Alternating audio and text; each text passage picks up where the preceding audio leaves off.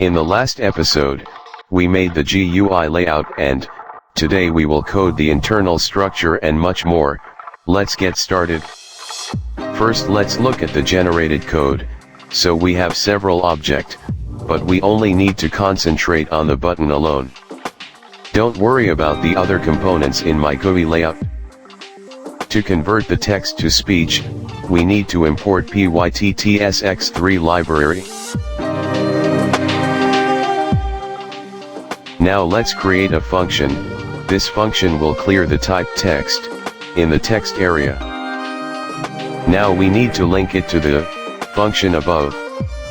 If you are not understanding what's happening, don't worry, I will leave a link in the description, where you can download the files.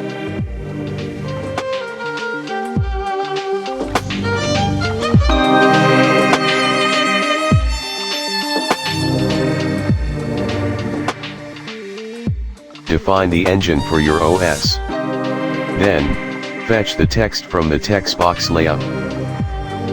And all you have to do now, is to call the same method and feed the text to the method. So, you have a functional GUI app now, but there is a homework for you. Hello, all welcome to the channel.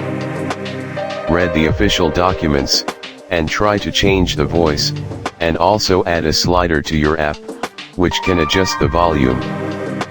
Hey, and don't forget to subscribe. I mean code scribe. Thank you all. With that being said, thank you and have a nice day.